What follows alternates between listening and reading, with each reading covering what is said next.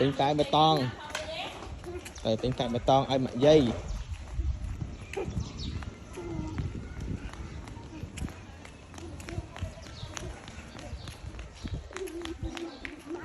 mười chơi bơ đam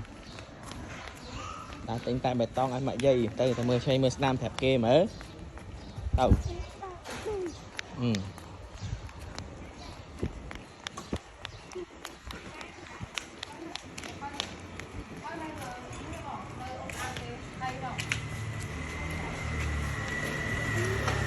rất đẹp ấy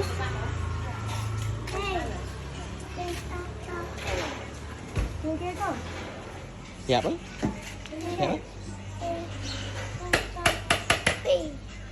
trăm tí con nam tại mày tao pi tay của cha ơi chạy còn nó muốn rồi